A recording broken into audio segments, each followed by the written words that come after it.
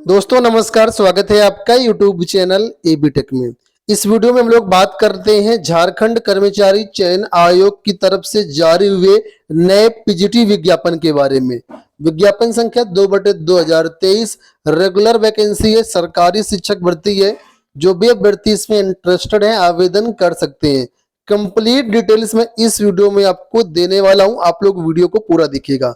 देखिए, ये एक सरकारी शिक्षक भर्ती है और यहाँ पर फीस जो है मात्र 100 रुपए रखी गई है। ठीक है, बाकी रिजर्व कैटेगरी के जो भी छात्र उनके लिए फीस यहाँ पर 50 रुपए है। अब कब से कब तक इसमें फॉर्म भर पाएंगे, क्या एलिजिबिलिटी क्राइटेरिया है, अदर स्टेट एलिजिबल है या नहीं है, एग्जाम पैटर्न, सिलेक्शन प्रोसेस क्या है, ये सारी चीजें इस वीडियो में हम कवर करेंगे। तो आप लोग वीडियो को पूरा देखिएगा। साथ ही आपसे गुजारिश है कि आप लोग चैनल को सब्सक्राइब जरूर कर लीजिए। देखिए, यहाँ पर सबसे पहले वैकेंसी के बारे में बताया गया है। यहाँ पर दो तरीके से वैकेंसी है। पहली वैकेंसी जो है का नंबर पर दी गई वो है नियमित नियुक्ति यानी सीधी भर्ती, और दूसरी जो वैकेंसी यहाँ पर है वो उन शिक्षकों के लिए है जो ऑलरेडी यहाँ पर कार्यरत हैं, यानी जो डिपार्टमेंटल वाले कैंडिडेट है उनके लिए यहाँ पर खा नंबर पे वैकेंसी है। तो जो अभ्यर्थी कहीं पर भी सिलेक्टेड नहीं है, फ्रेशर जो अभ्यर्थी है उनके लिए पहले वैकेंसी की बात कर लेते हैं। तो यहाँ पर देखिए बताया गया है, एक एक करके मैं पदों की संख्या आपको बताता हूं। तो यहाँ पर देखिए पीजीटी जीव विज्ञान में 218 पद है। इसके बाद पीजीटी रसायन शास्त्र में 227 पद है। पीजीटी भूगोल में 164 पद है। पीजीटी हिंदी में 163 पद है। पीजीटी अर्थशास्त्र में 167 पद है। पीजीटी इतिहास 182 पद हैं। पीजीटी संस्कृत 169 पद हैं। तो ये तो पद हो गए आपके डायरेक्ट रिक्रूटमेंट के बारे में। इसके बाद अभी कुछ पद और हैं, ये भी देखिए। पीजीटी भौतिक विज्ञान 251 पद। पीजीटी मैथ 185 पद। पीजीटी वाणिज्य यानी कॉमर्स 200 पद। पीजीटी अंग्रेजी 211 पद। तो ये यहाँ तक जो पद हैं ये आपके डायरेक्ट रिक्रूटमेंट वाले हैं। अब जो ऑलरेडी टीजीटी में कार्यरत है झारखंड में, उनके लिए जो भर्ती है वो देखिए यहाँ पर है। पीजीटी जीव विज्ञान 73 पद। पीजीटी रसायन 75 पद। पीजीटी भूगोल 54 पद। पीजीटी हिंदी 54 पद। पीजीटी अर्थशास्त्र 55। पीजीटी इतिहास 61। पीजीटी संस्कृत 58। पीजीटी भौतिक 85। PGT math 63। पीजीटी कॉमर्स 67 और पीजीटी अंग्रेजी 73 पद। तो काफी अच्छी खासी भर्तियां हैं। नॉर्मली आप देखते होंगे यूपी में जब वैकेंसी आती है 10, 5, 12, 15, 50 ऐसे भर्तियां होती हैं, ऐसे पद होते हैं। लेकिन यहाँ पर देखिए बम्पर पद हैं आपके शिक्षक भर्तियों में डायरेक्ट रिक्रूटमेंट के अंतर्गत है। ठीक है,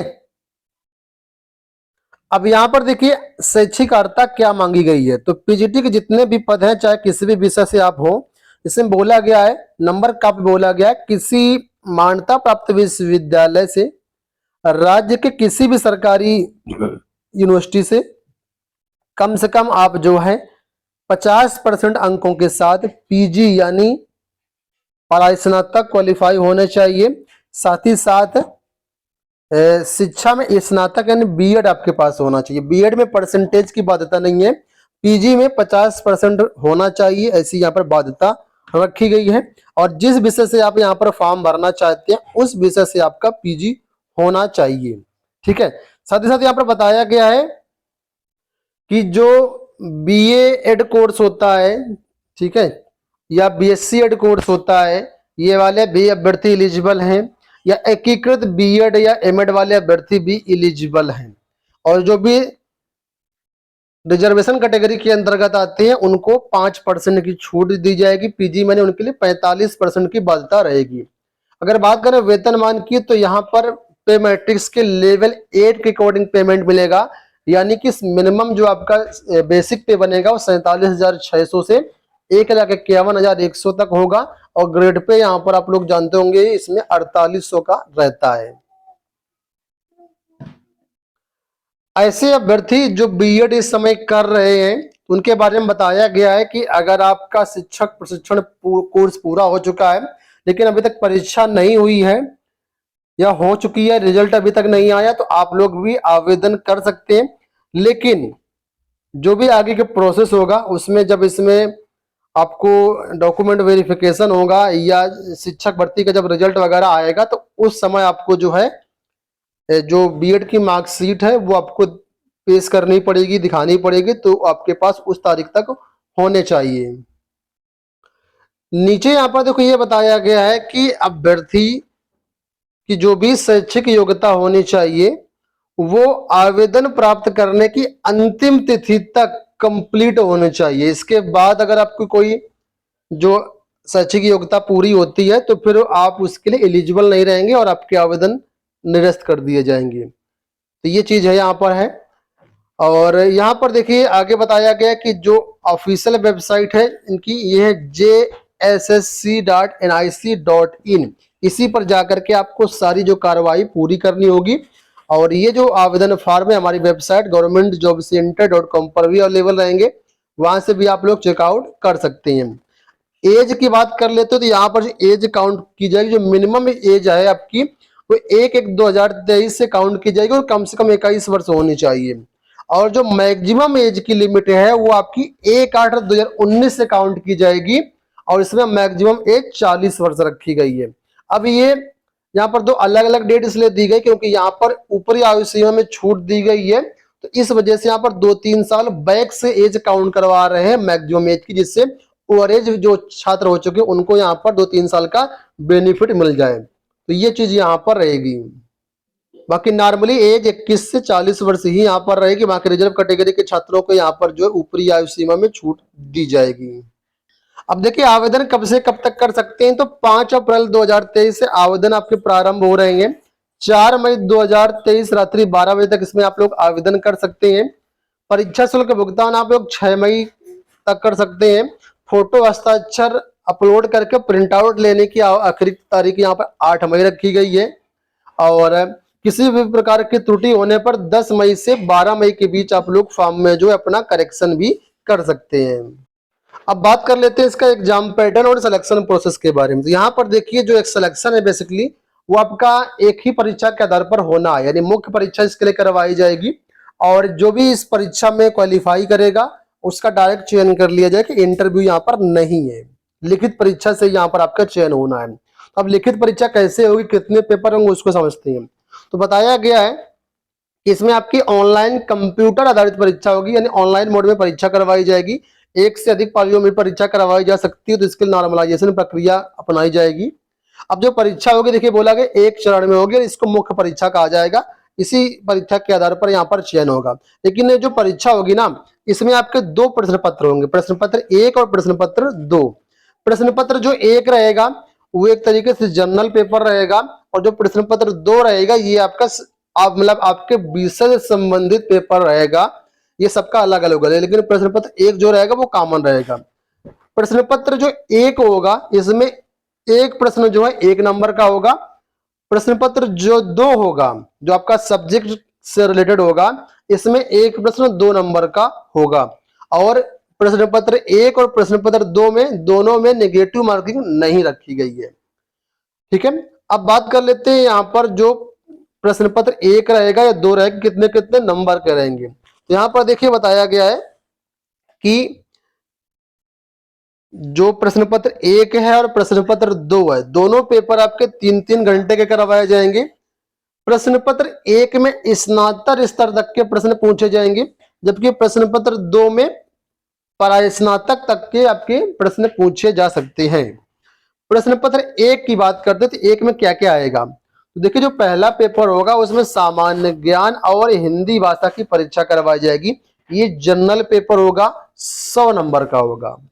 और जो प्रश्न पत्र 2 है इसमें आपके विषय संबंधित प्रश्न पूछे जाएंगे, जिस विषय के लिए आपने फॉर्म भरा होगा, जिस विषय के आप टीचर बनेंगे, ठीक है, उस विषय की परीक्षा होगी और ये 300 नंबर की होगी। टोटल 400 नंबर की आपकी लिखित परीक्षा करवाई जाएगी।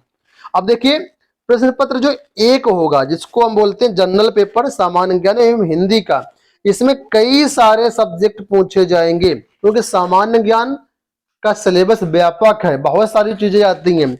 तो क्या क्या पूछेंगे वो पहले से उन्होंने बता रखा है कि सामान्य ज्ञान के अंतर्गत सामान्य अध्ययन पूछेंगे, इसके बाद सामान्य विज्ञान भी पूछेंगे, सामान्य गणित भी आएगी, मानसिक क्षमता जांच भी होगी, कंप्यूटर का ज्ञान भी होगा और झारखंड का जो इतिहास है, वहां का भूगोल है, यानी झारखंड स्पेशल भी यहाँ से पूछा जाएगा। तो ये सारी चीजें सामान्य ज्ञान में पूछी जाएंगी। इसके अलावा जो हिंदी भाषा में होगा उसमें देखिए बताया गया कि अनसीन पैसेज होगा, व्याकरण होगा, ये सारी चीजें होंगी। तो ये तो बात हो गई पेपर फर्स्ट की। अब जो पेपर 2 होगा ये पूरी तरीके से आपके विषय से संबंधित होगा और पेपर 2 के सभी विषयों का सिलेबस, जिस विषय से आप आवेदन करना चाह रहे हैं उसका सिलेबस परिशिष्ट 12 में दिया गया है, जो कि अभी मैं आपको दिखा दूंगा और ऑफिशियल वेबसाइट governmentjobcenter.com से डाउनलोड भी कर सकते हैं अपने अपने सब्जेक्ट का सिलेबस। ठीक है, अब यहाँ पर देखिए मेरिट कैसे बनेंगे, क्वालिफाइंग मार्क्स कितना होगा। तो बताया गया प्रश्न पत्र जो एक था, जो जनरल पेपर है, केवल क्वालिफाइंग होगा। इसमें कम से कम 33% नंबर आपको प्राप्त करने जरूरी होंगे, अदरवाइज आपके प्रश्न पत्र 2 का जो मूल्यांकन नहीं किया जाएगा और आप फेल माने जाएंगे। अगर आप प्रश्न पत्र 1 में फेल हो गए तो पूरी तरीके से फेल हो गए, लेकिन इसके नंबर अब मेरिट में नहीं जुड़ेंगे।